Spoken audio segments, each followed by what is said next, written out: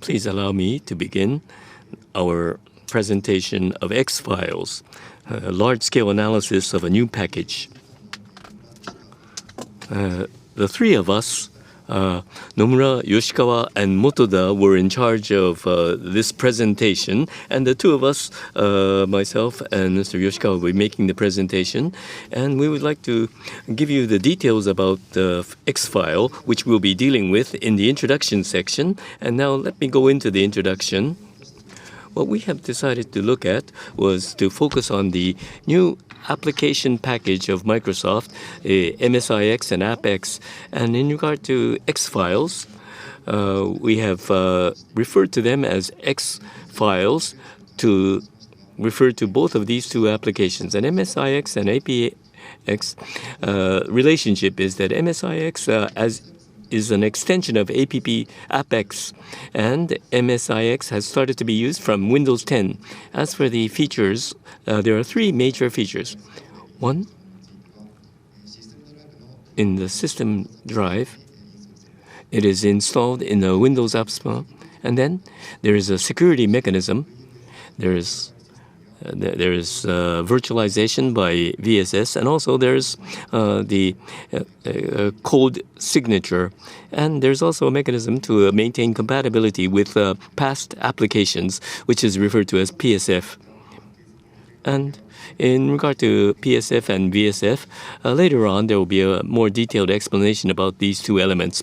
And I'd like to talk about the large-scale attack campaign that was using XFiles. This is the timeline. And in 2022, there was the Emmetot that used the malicious use of MSIX, and in 2023 there was Steel Clover, Clear Fake, and Ghost Pulse, where MSIX was observed.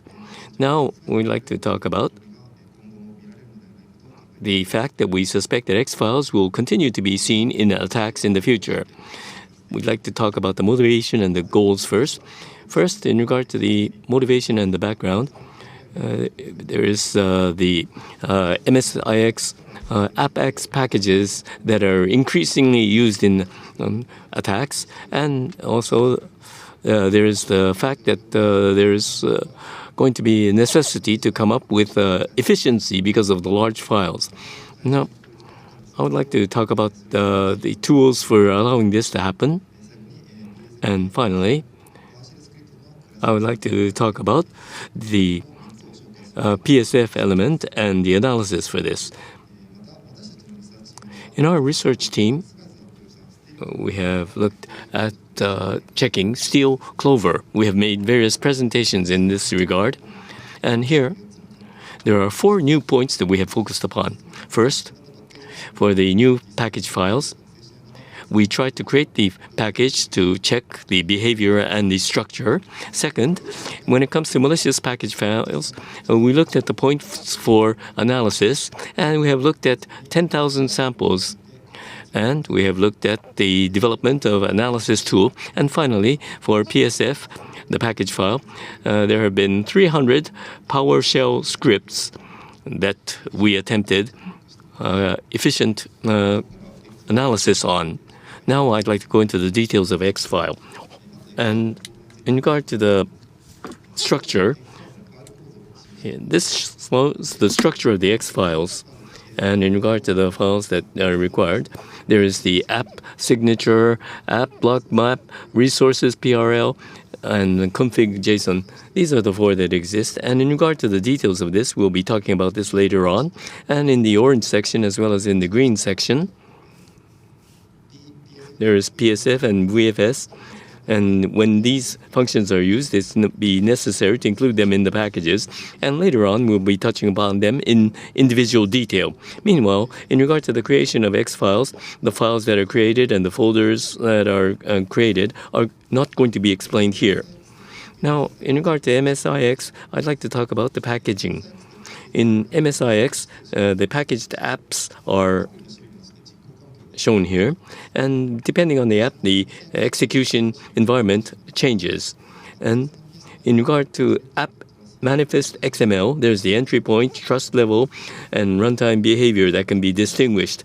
First of all, in regard to the app container and the partial trust application, basically, there are UWP applications that are packaged and are designated. And there is app container, a container that is unique to Windows that is being executed. And there's also a Medium IO and full trust application with Win32 and so on. They are very important for desktop applications. And there are cases where this is implemented in a virtualized state in some systems. And for the malware, there's the UWP application that is implemented. And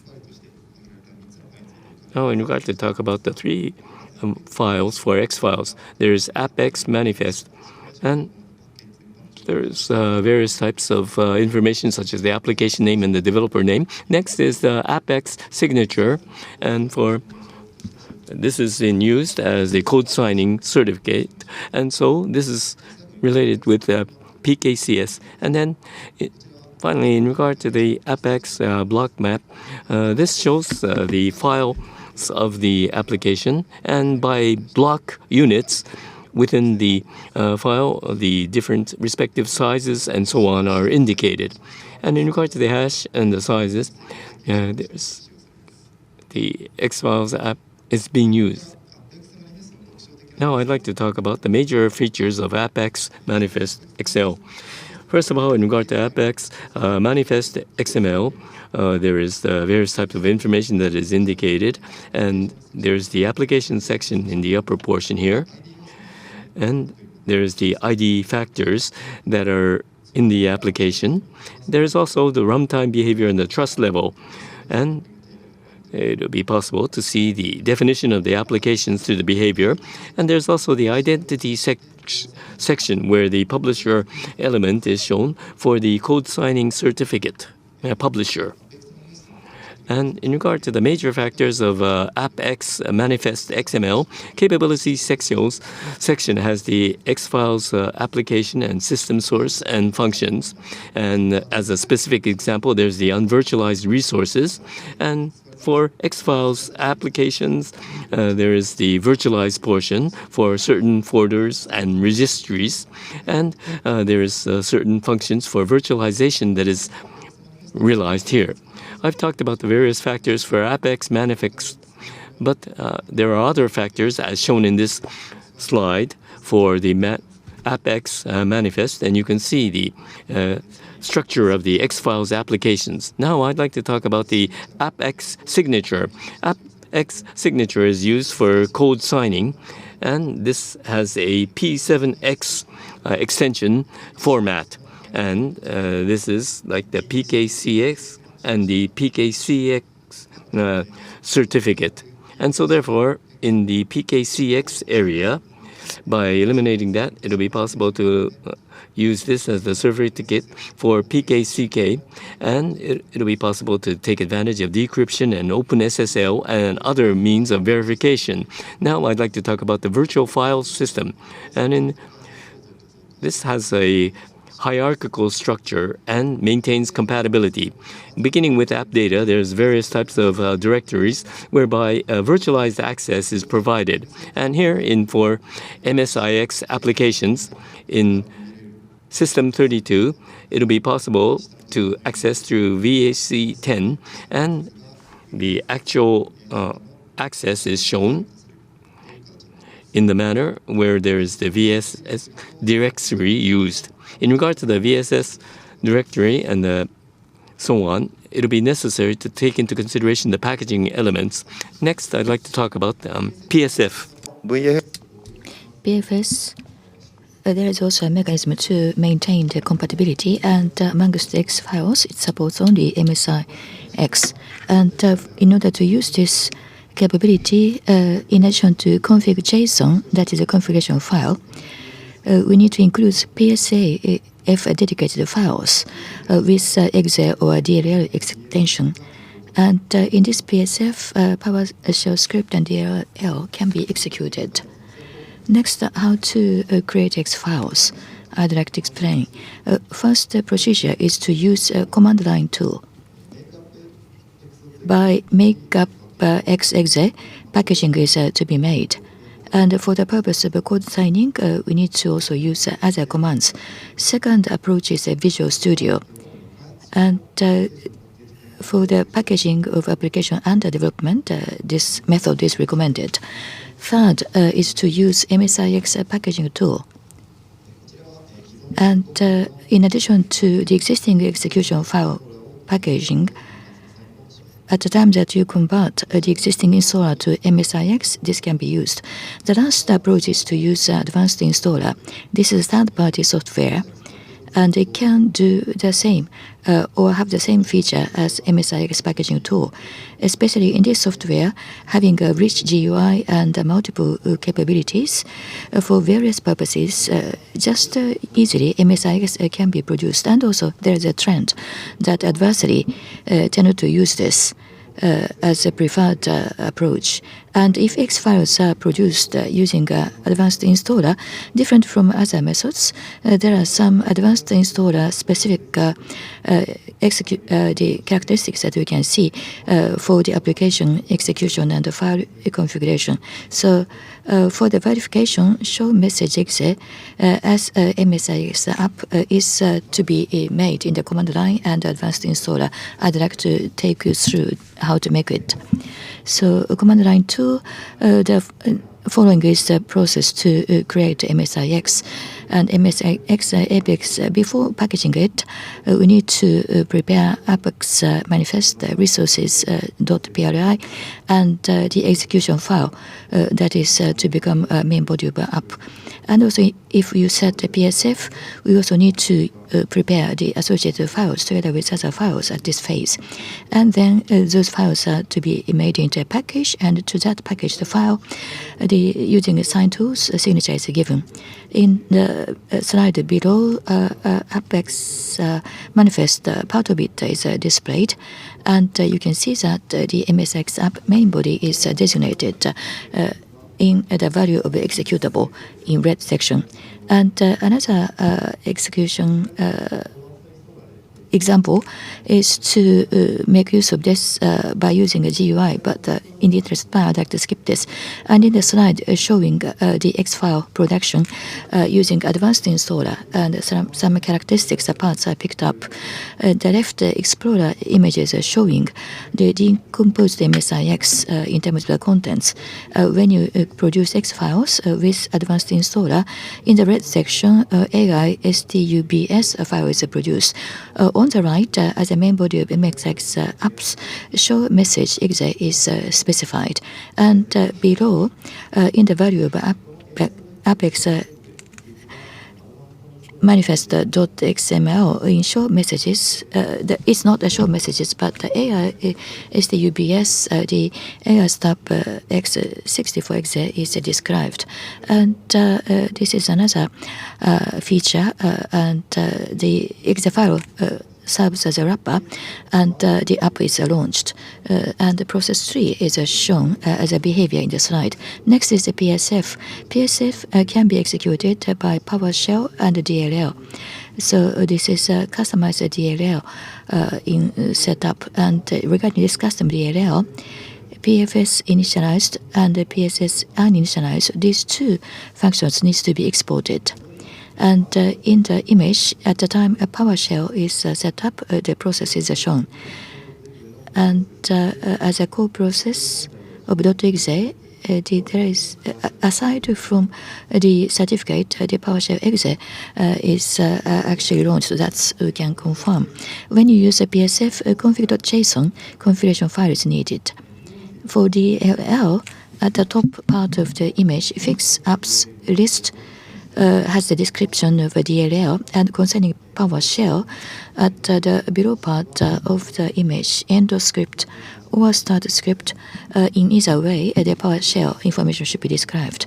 Regarding execution timing of DLL and PowerShell, for DLL, it depends on the export function I mentioned at the previous slide. For the PowerShell, in this config.json, where to describe this start script or end script, which decides execution timing.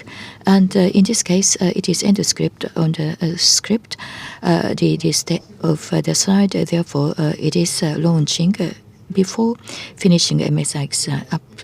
And when you use a PowerShell, it has to be added onto the XATLL file, including PSF LANDL, and you need to include the starting script wrapper in the package. And next, I'd like to share with you some examples of behavior installing XFiles. One is to have a failed verification of certificate. That is the self-signature certificate use cases. And the reason of a failure is that this certificate chain doesn't work. And if you install the reliable root certificate bodies, the certificate, then MSIX can be installed. However, with your own certificate, own signature, the malware cannot be distributed. And then the second failure case is that the certificate is revocated. And whether or not it's revocated, you will be able to check the CRL. And in this case, mid-journey in the picture, MSIX abuse is one case. And because of this certificate revocation, the malicious app cannot be installed. And reporting those cases will be effective to control the damages to some degree. The last example is the behavior of installing XFiles. If it's normally starting up, then when you click X file, as you'll be able to see the install buttons and pop up showing the capability list. And these are matching with the configuration file of XFiles, APPX manifest capability file. And then I'd like to introduce 3 abuse cases of XFiles. One is to plant app the malicious exe. And second is PSF partial. The malicious one is planted. And the Steel Clover Ghost Pulse are examples. And so far, in adversary campaigns, mostly malicious PowerShell scripts are used. Third one is PSF malicious DLL is planted. In this case, there haven't been any observed cases, but basically I think it is possible in terms of a function. And now I'd like to introduce briefly the actual abuse of MSIX. The right lower PowerShell script showing the part of downloader. And by specifying this as a configuration file of downloader script, then before execution of MSIX app, this downloader starts up. As a last topic of XFiles, I'd like to introduce MS App Installer URL Scheme. Recently, it's reported that MS App Installer URL Scheme is revocated by default. Major impact is that the directory MSIX app cannot be installed by web link. Therefore, when user would like to install MSIX app, once they have to download MSIX file locally, then using that MSIX file to be started up, installation is possible. And from the web MSIX files install during that process, the Microsoft Defender Smart Screen antivirus security features can intervene in the process. Now, from this point onward, Nomura would like to make a presentation. And XFiles, malicious ones and benign ones, we have conducted actual analysis for those mixes. And in order to conduct the large-scale analysis of new script packages, online virus common about 10,000 samples are uploaded, and we investigate those from the period 2022, November 24, and 23, November 23. And we actually classified the files as suspected files with the malicious adjudication 2 or more in VTs. And regardless of malicious files or not, we could actually hunt those cases broadly. First of all, in regard to APPX or MSIX, it's necessary to look at the certificate. And if there's an abuse of the certificate you can observe the malicious usage, and it will be possible to revoke the certificate. However, in many samples, we have seen many certificates that are being used until they are revoked, and so it's necessary to collect the samples from the issuer. And if we have a malicious sample, there were 72 cases where there were hits observed. And there are multiple files that can be searched with a certificate. Here, we are looking at how the attackers were able to start using the certificate, what happened with the revocation, and how that impacts the attacker. In regard to the revocation, there is a revocation date, but with the CRL, there is cases where revocation takes place. But with the CRL, as field information, the revocation date can be searched. But despite the fact that we have this field, to the extent that we've been able to observe, there may be cases where the date of issue and the revocation date is the same, and so this is not trustworthy information. However, it becomes very difficult to research this. We don't know where to get the information from. But we have looked at virus total, and we can look at the efficacy results, and the efficacy of the certificates can be checked. And there is the efficacy of the certificate when it was analyzed. If it's not analyzed for a long period of time, then the certificate would be valid as is.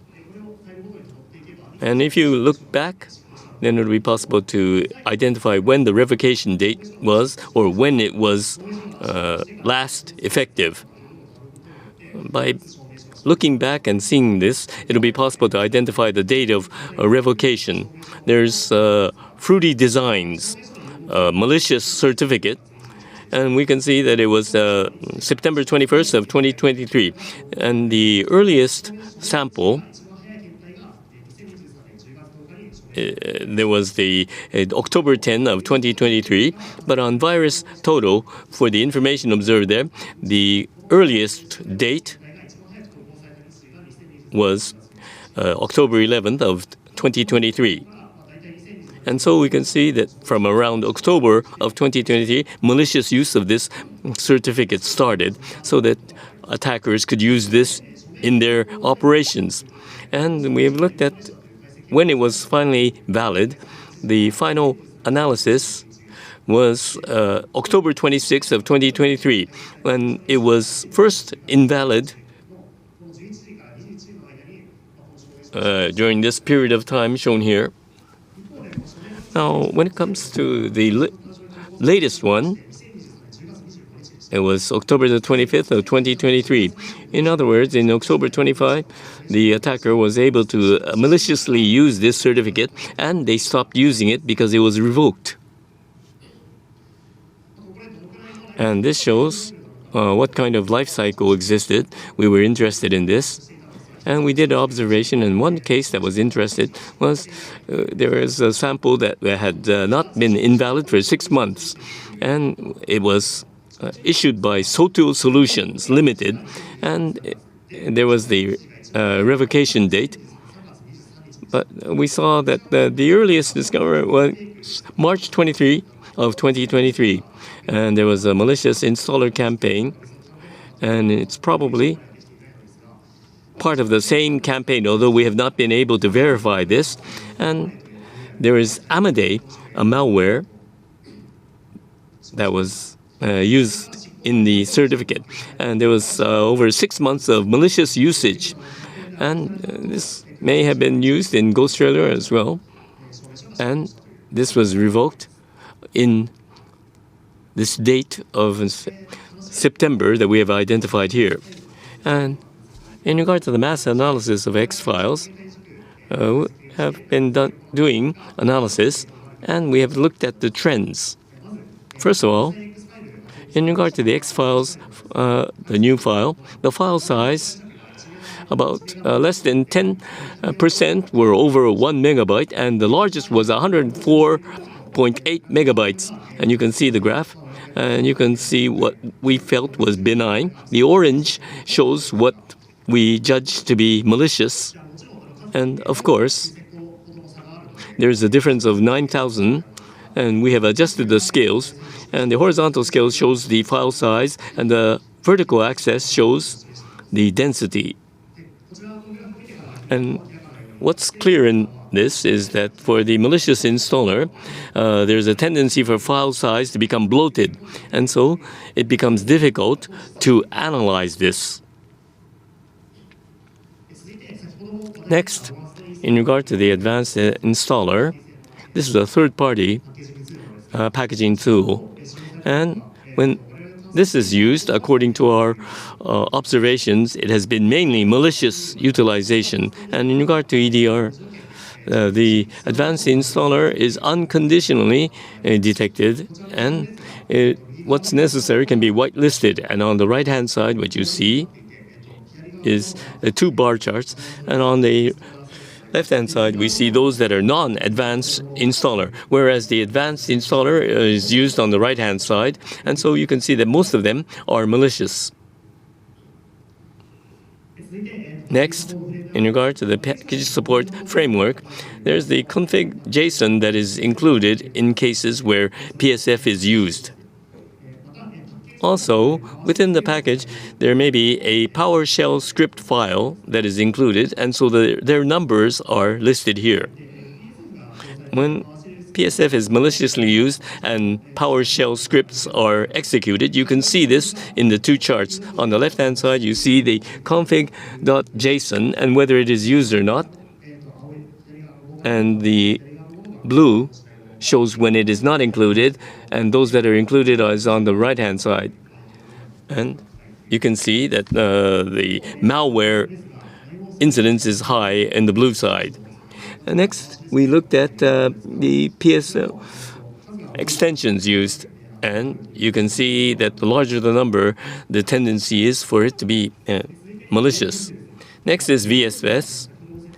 As already explained previously, within the application package, this is used for virtualization purposes, and we have looked at where the number count is low, and in the lower count, when it's 0 and so on, we have skipped them. And for those that have been abbreviated, they were benign samples. But there are cases where VFS is used, but in terms of the number of files, because it was limited, there seemed to be a higher incidence of malicious samples. When the number of files is high, then the tendency is that they are benign samples. Next is the capability.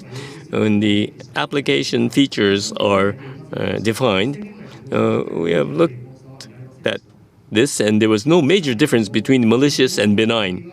And on the right-hand side is the capability application functions, and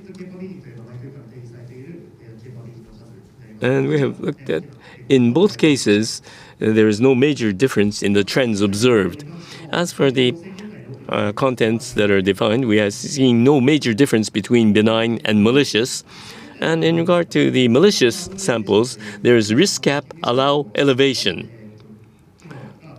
for authorization, and there had also existed in benign samples as well. And so therefore, we cannot just determine whether it's benign or malicious just by this. And those are the analysis results, and the difference can be seen between benign and malicious in file size, whether advanced installer is used or not, and whether PSF or VFS is used. And the file size that is large tends to be malicious. And there are many cases where advanced installer is used in malicious, and for PSF, the malicious files have config.json and PS1 files used. In BFS, there's the malicious files that have a limited number of files, and capability, it does not show a major difference between benign and malicious. And based upon those findings, we developed a command line tool to analyze MSIX. And based upon the points that I have just explained, which files or which points we need to focus on, we quickly detect and extract all those information. And command line tool and the Python packages are provided for the efficient analysis. And we'll be able to automate the certificate extraction and report, and so that those will become readily available. So I'd like to share with you some tool demos. There are two samples here, starting with 923 hash MSIX files. This is benign, and starting with E0 hash, that is a typical malicious one. And I now run command, and as you can see, the certificate information or required capabilities are listed up. Whereas malicious one, I am going to analyze this, and in silent there is the actually the displays trying to cause your attentions, and for instance you'll be able to see that those power script are included, PFS launching the PowerShells and so on and so forth. So this sample is suspected, and we actually extract the certificate and the PowerShell. And I put the silent command, but this is going to be a very big one. And if you look into the contents, this is an extracted certificate. It is available. And also at the end, PowerShell script is extracted as well. And sharp.ps1, that's run by PSF. And the PowerShell script, if you look at the script, actually it is serving as a loader. And when it's executed, malware by PSF is downloaded and executed. Next, I'd like to talk about the clustering PowerShell scripts. And we extracted 277 files of PSI scripts from the collected samples, and we categorized them, and we wanted to analyze the script and put it into campaign. So we approached dynamic analysis and clustering. And actually, there are limitations of analysis because there are lots of diverse obfuscation conducted. And also there are several types of execution commands, like the Windows commands which can be executed or .NET, WESP, and so on and so forth. There are a wide variety of ones as a PowerShell execution command. Therefore, mechanically, it is difficult to analyze those obfuscation. And making use of a VM, easily we'll be able to make a sandbox for dynamic analysis. However, it is just only the PS1 file execution. Therefore, whether or not we need such a rich environment, we wonder. So then, using a window container, we decided to conduct a dynamic analysis. PowerShell script should be working. That's a recommend, so we don't need a GR5. Therefore, at the Docker, we make an image.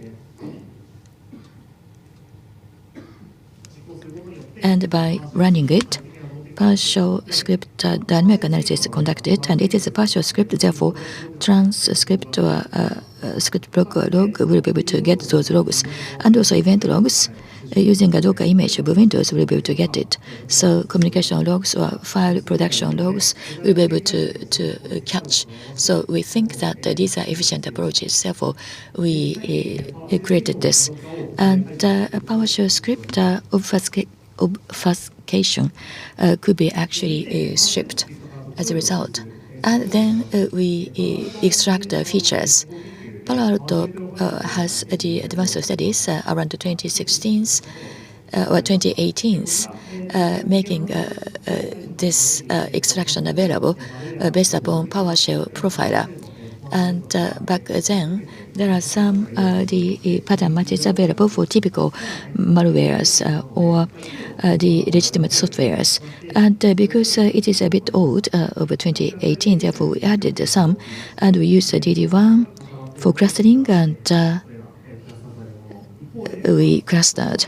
And if they are not clustered, and if they look like an outlier, we actually classified them as outliers. And then, as a result of clustering, we found that the PFS executed script, there are many malicious ones. However, it is also included in MSIX of legitimate Microsoft. Therefore, there are samples utilized for the legitimate purposes. So, of course, it is probably used within the legitimate scope. And the largest clusters had the following behavior features. For instance, that AVs are collected and transmitted at the terminal, and also the install status of transmissions of malwares, and also byte data are executed, downloaded by web. And by WMR queries, we listed up those antivirus, and information is sent to C2 server, and by reflection, malware is executed. Or making some composite method, malware is executed. Last one, I'd like to share with you case studies. Advanced installer plus APFS. This combination may induce misdetection of antivirus. And actually, we made a harmless package to execute a script by PSF, and then submitted to VT, and it is detected by antivirus. And especially if harmless execution is placed in VFS, then it is not really detected. Those are the findings. And PFS, advanced installer-related files, they could be also detected by itself. And whether it's malicious or legitimate benign ones, regardless of those, there may be some detection cases. And version updating function. MSIX supports a version update. By having automatic update, we'll be able to add and execute PSF. But making abusing of this, so far it's not observed yet, but this could be also utilized broadly for malicious purposes. So last is a conclusion. But with the backdrop of the increasing attacks using the MSIX APPX package files, there was no efficient, effective analysis methods available. And so we actually organized and investigated the structure of new package files, and we analyzed them, and we made a tool to conduct efficient analysis and conduct the large-scale analysis. And white paper research at that phase, we would like to make it available. But this time in the Slack, although it's still under a development process, we would like to integrate them and make it available. Therefore, if you're interested, please try to use it, and if you find any bugs, please also let us know. And if you have any requests for any features, please also let us know. So with that, we'd like to conclude the presentation. Myself and Yoshikawa was the presenter. Thank you very much for your kind attention. Thank you very much. And I would like to take questions concerning this presentation. If you have a question, there are 4 microphones available in the venue. Please come forward to the microphone. Thank you very much for a very interesting presentation. My first question is that concerning malicious files, you said that the file size tend to be larger. And what's the reason that file sizes are big? Malicious files, like a PowerShell script or execution files, those are the causes of the file size being larger, or are there any other specific reasons of this trend? The largest file size, we checked the contents, and probably I think that includes every element and lots of PowerShell scripts contained, and also in VSF there are malicious samples contained. Therefore, there is no uniform reasons. I think we won't be able to say for sure. But I think because of those reasons, mainly, file size became larger. Another question I have is that the PowerShell included inside, I think you analyzed different aspects. And their features, they are functioning as a downloader in many cases, or in PowerShell itself. It is actually contained as an execution file. If you know any trend or investigation result, please. The most common case was when it acted as a downloader. Thank you very much. So it was mainly the function of a downloader that was observed. Thank you very much. Are there any other questions?